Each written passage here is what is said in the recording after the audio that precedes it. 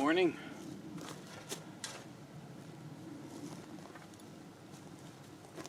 To grow organically,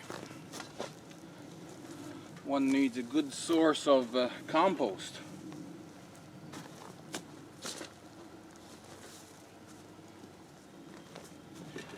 You can make your own if you know a farmer who don't feed their animals feed that's laced with pesticides or herbicides. You can get manure from them. Buying it in the store is not the preferred way, but last chance, I guess, if that's your only choice. It's better than nothing. When you're making your own, you have to sift through it because it decomposes at different rates, and so you'll have some big chunks and some small chunks. Little stones. Most of these come from seaweed. You get some with the weeds as well. What happens if we try to sift the stones out of this?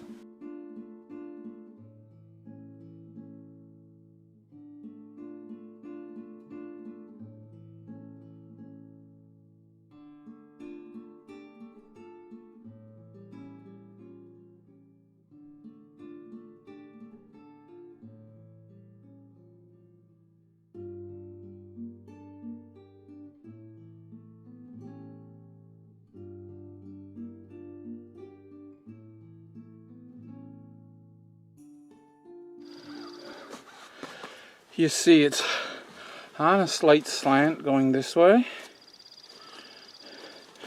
and so if I put in just one shovelful and I tap it here,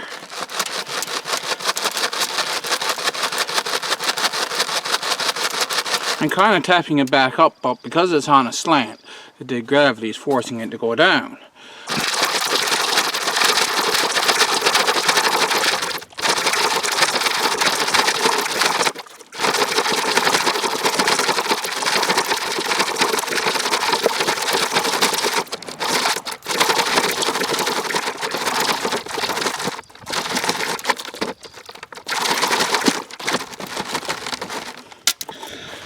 And so by the time it gets down past my hand, it's mostly just the stones that are bigger than 1/4 inch, and of course the roots, which is the main thing I'm trying to get out of there.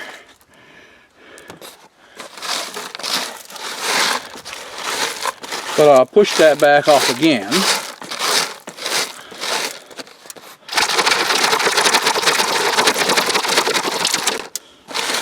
And now all the soil is out. I try to get out as many worms as I can and throw them back in the throw them down there so they go back into the bed. That's it. It's kind of hard to get this out with the gloves on. That's why I took my glove off to take the stones out.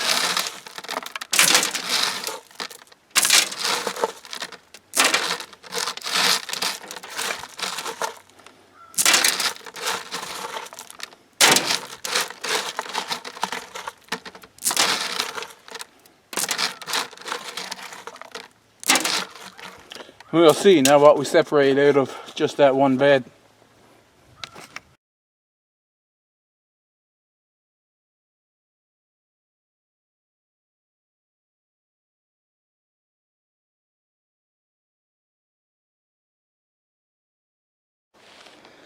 I got halfway through the bed. I got a wheelbarrow full of soil, and I have this wheelbarrow half full of rocks. These are just all dirty rocks, and the perennial weed roots, the grasses, which is most important. I'm trying to get out. I can't think of anything I can do with those, so I'm going to bring them across the road and dump them over the embankment.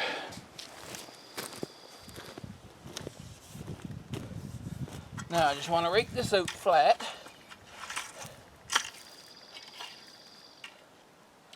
And see, even now I might have roots down there, but they'll be a long ways down now. Hopefully they don't grow up through it.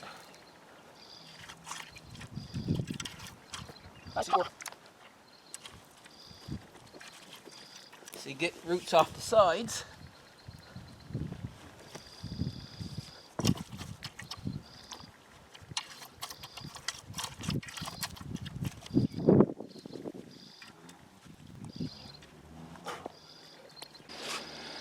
For this trip, I think I'm going to take that kelp, put it in the wheelbarrow, and I'll bring it down.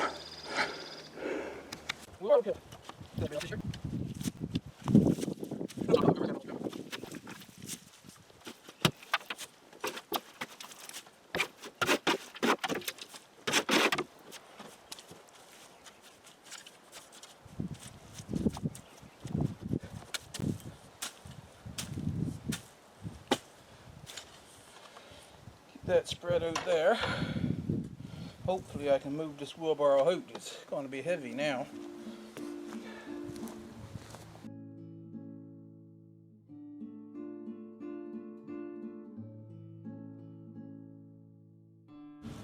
That's going to look nice.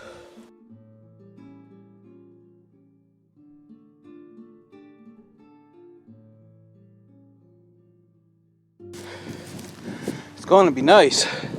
Remember now, it's going to settle down as the kelp decomposes. But yeah, beautiful rock-free soil on top now. I'll finish the rest of this bed and then I'll bring you back and show you the completed part. Would be nice if I had some hedging to go on it right away. I might look around and see if I got such a thing. Ooh. Beautiful now. No big stones on the top.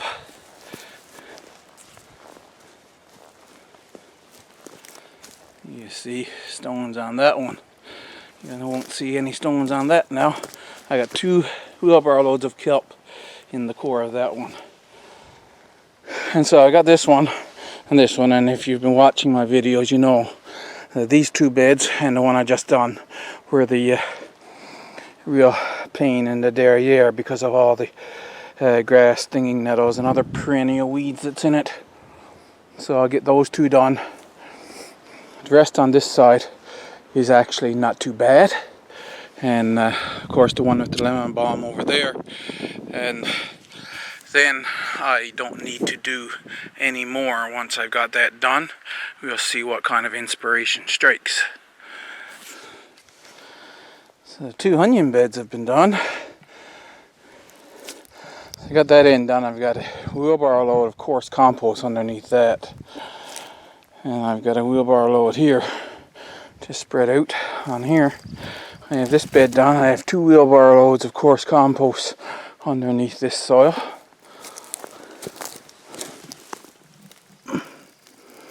So I've got a really nice planting medium there. The compost is not down very far. This is only a couple of inches of soil actually on top. So I'll put this wheelbarrow load in here now and spread it out.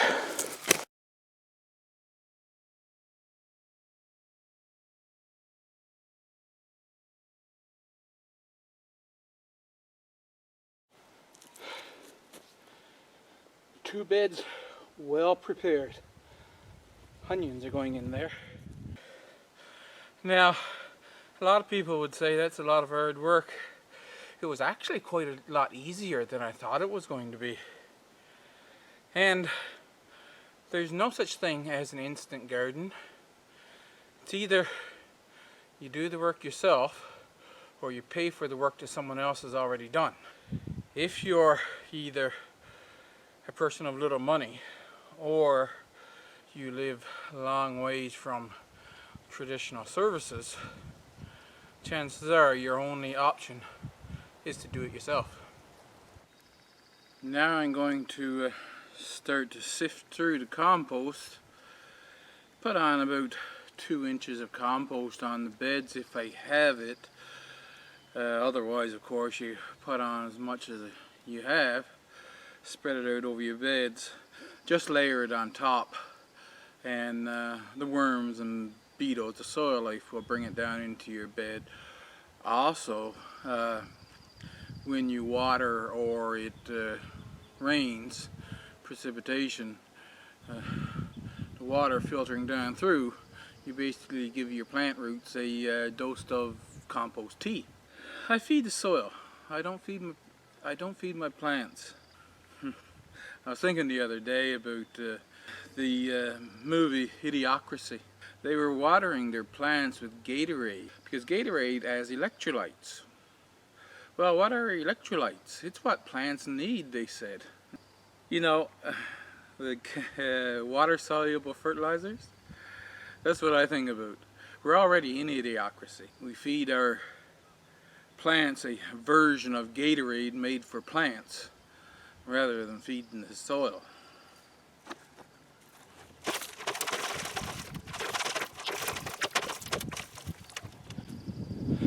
The compost bin is going to be transferred over to right here, so I don't need the other wheelbarrow. What I sift out, unless I find any big rocks, would just be thrown down right there.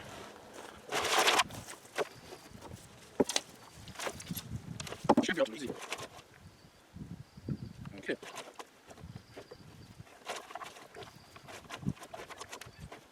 Of course, since I'm throwing it back into the compost bin, I don't have to worry about trying to get every last little bit out. Every now and then I'll see some chunks and I just throw it over there. And if I'm throwing some compost that would have otherwise gone through the sifter, no problem. I'll get it next time.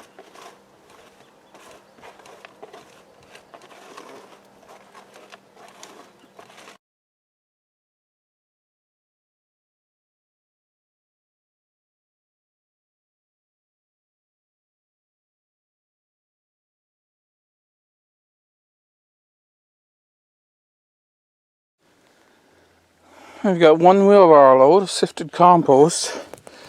Now what I'm going to do is I'm just going to put on the one wheelbarrow load and I'll spread it over the entire bed. I'm going to take out these last nattle kill because apparently they did not survive the winter.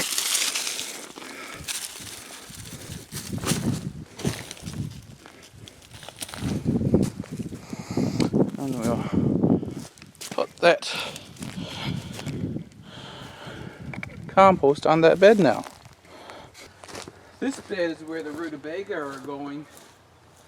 They call it Swede in Europe.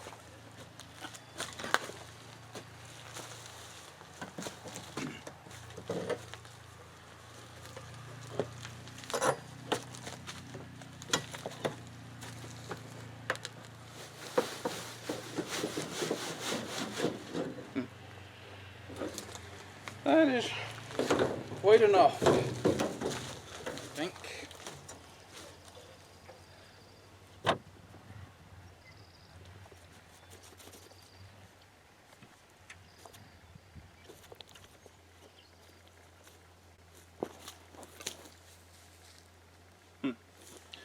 Kind of too much, actually.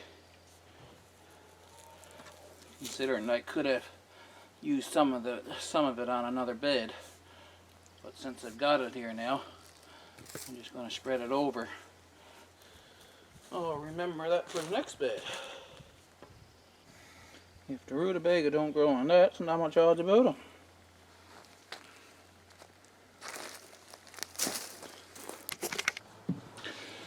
I sifted through a 1/4 inch mesh.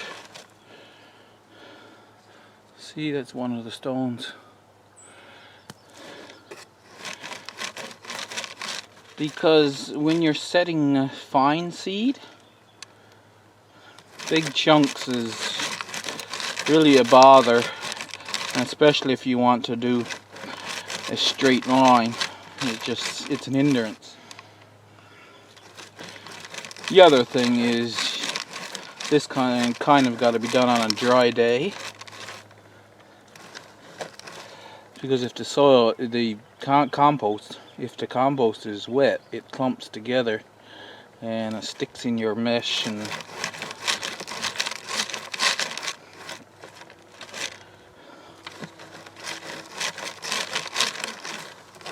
so a nice dry day today, like today, it goes by pretty good.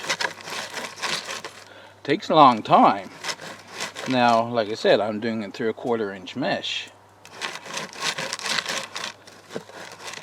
If you were wanted to, you could do it through a 1/2-inch mesh, which wouldn't be that big. Most of this stuff that I'm throwing back into the compost bin here now would go through an 1/2-inch mesh. I'm pretty close to having it all done now. I've got the one bin sifted out, and this I'm 2/3 of the way through the second bin. But I've got most beds amended, and I'll show you then what I got done afterwards. Kind of hoping to finish this today. Kind of standing here telling you my thoughts now as I'm sifting, and I'll just put it together sensible in the editing. But so you'll see me sifting at the end. What I want to say now is that this is the first thing in the spring I go through and I sift out the compost and amend the beds. Then I remake a new compost bin with stuff that's available first in the spring. Remake that bin, then I'll do a video of that, and we'll talk about how to make a compost pile and ideas of what to put in said pile. I was here sifting this out yesterday, and I was thinking about this and that, and so you know, that's what I should do, just stand there and have the camera nearby and talk at the camera as I'm thinking, and then I can put it together for you. So if some of the words and the picture don't line up, well, that's why.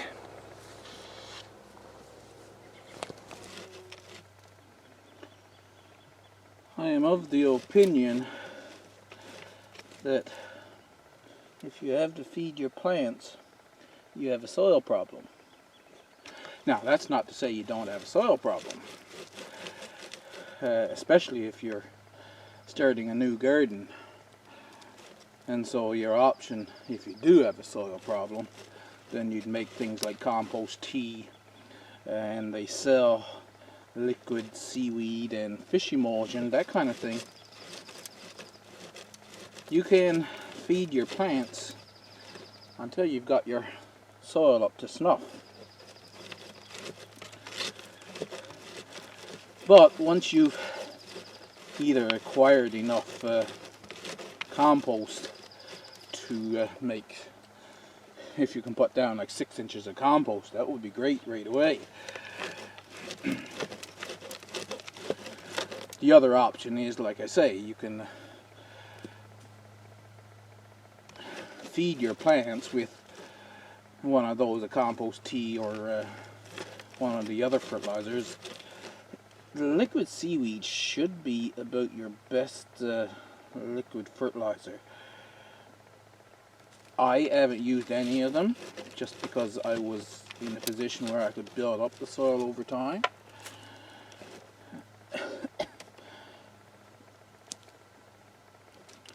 But like I said, that is an option, and then continue to build up your soil with compost,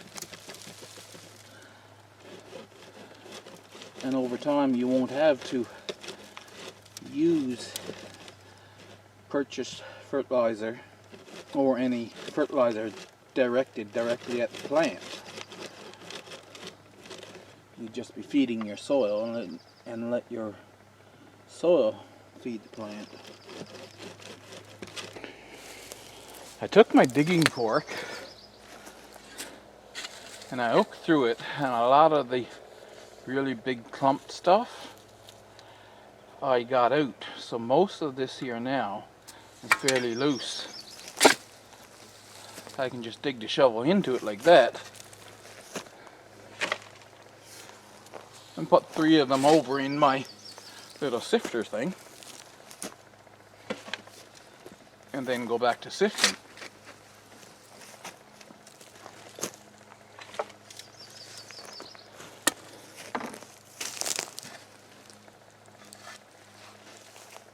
Don't know if I want to put it in this video or the next one, but you see, this is grass. So when you're going through the year collecting your material, sometimes you get a bunch of material and you're throwing it in there and it can pack down like this. And there's one of the good reasons to turn your compost is because this, like you say, you're not going to avoid it if you're just throwing material in as it comes. And then when you turn your compost bin, you'll break up all of these.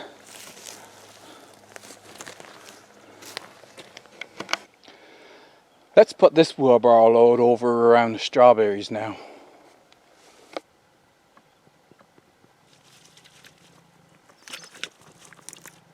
So I'm going to put it on both beds.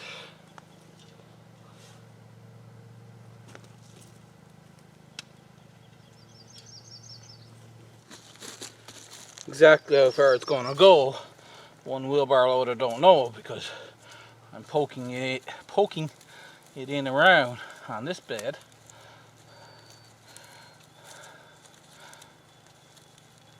And so it's not a completely covered bed, right? Going around strawberry plants.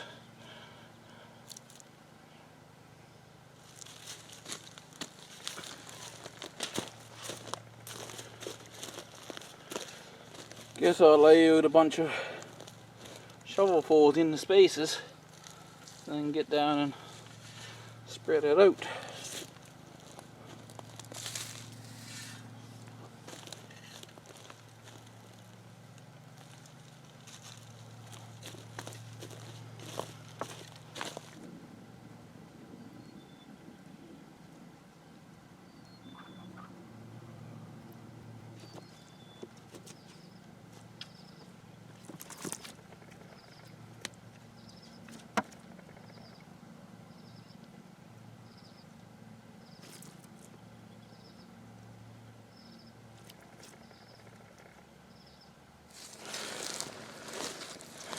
That's great. Those strawberries are going to grow so well this year. Now I've got to do this bed. I'll put the rest of that on there and see how far it goes. There's only just a few strawberry plants in this bed, so I'll have this bed pretty much completely covered. I'm going to pick off those big rocks first. I have covered all but one bed. Now this one here, I'm going to sift through to get the lemon balm roots out. The potatoes, I'm putting a light layer of clippings on the top. The meadow is high enough now that I need to mow it. Before I put on a little layer of grass on top of this, I put the coarse compost on top of the potatoes. Don't need to sift that out, see, because it's only potatoes going in there. Can't really see much here now, can you? I'm very disappointed with this. Okay, so this is the onion bed, the one where I sifted out the soil, but the compost down beneath, and you can even see some compost here, see, poking above the ground. But the onions had severe plant transplant shock, and my guess is that, like I said, with the two beds up above, a warm sunny day, sun comes out and this soil dries out so fast. Now this morning I sat down and I looked at them.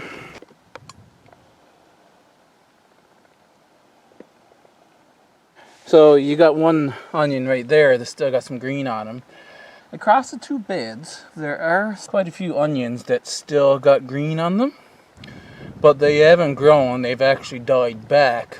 I am going to get a bunch of sticks and poke in by each one that looks like it's still alive, and I'm going to sift some compost and put over, leaving a little divot around, of course, the live onions. Hopefully they will come to something. And I believe I have 50 or 60 seedlings, I believe it is, in the house that I will plant down through the compost that I'm going to put on this bed. So gardening is an experiment all the time, as you know, and I won't be doing this style again unless maybe I do it with the potato beds. Even then, as soon as possible, I'll be putting on that layer of meadow clippings. But we live and learn, eh? Always keep your soil covered in a layer of organic matter.